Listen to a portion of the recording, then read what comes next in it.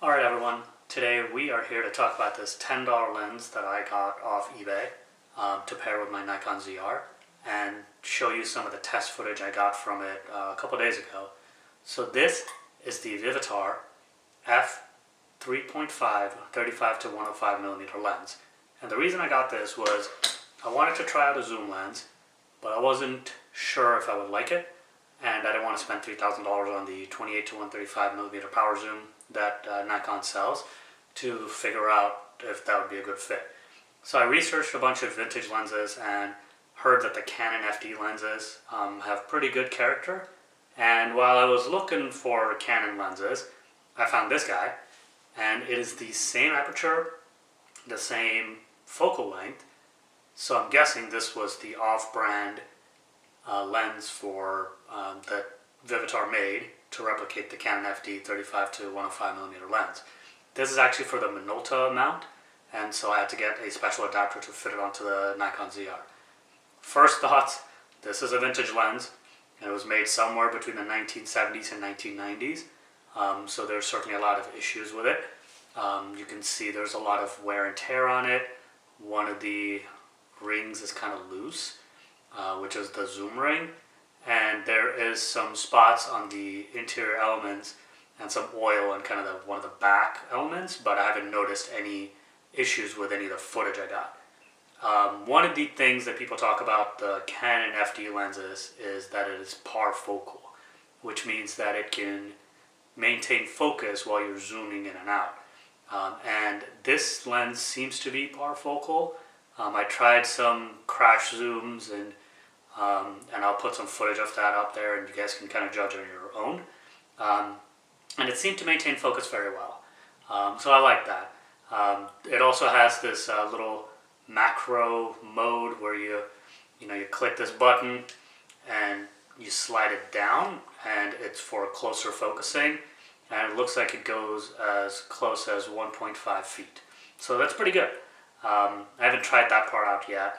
Mostly been doing the normal zoom lens focal lengths, so I haven't tried that part out yet.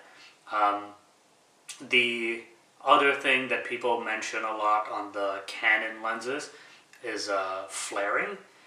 So I tried to replicate that with this lens. I looked at points of light, but unfortunately it was kind of a dark, grainy day, and I couldn't really find anything bright enough to get it to flare, so I'm definitely going to have to try that on a different day. The lens also has a little bit of a green cast, which isn't too hard to fix, but definitely all the footage came out looking just a little bit green and a little bit blue, which may be a character of the lens, or it may be just because it's old and there's some issues with the elements. The focus breathing is noticeable, and you'll see in some of the footage where I zoom in and out that there is a little bit of focus breathing, but it's not super distracting, which isn't too bad.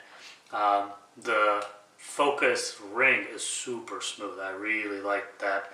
It's very easy to focus. It's very easy to follow objects, especially if you're doing like a tracking shot, and it does pretty well. It's all fully manual lens, so all the aperture is a click aperture, and it goes 3.5, 5.6, 8, 11, and 16. So not a lot. I pretty much shot it all wide open just because it was such a dark day. Speaking of shooting wide open, the bokeh or the out of focus portions of the footage, I kind of liked it. It was a little bit more on the softer side. No crazy bokeh like the Helios, where you get all that swirly bokeh like the Petzval effect. Just had like a very nice soft bokeh. Nothing too distracting. So I really liked it. Overall, for $10, I am very happy with this purchase.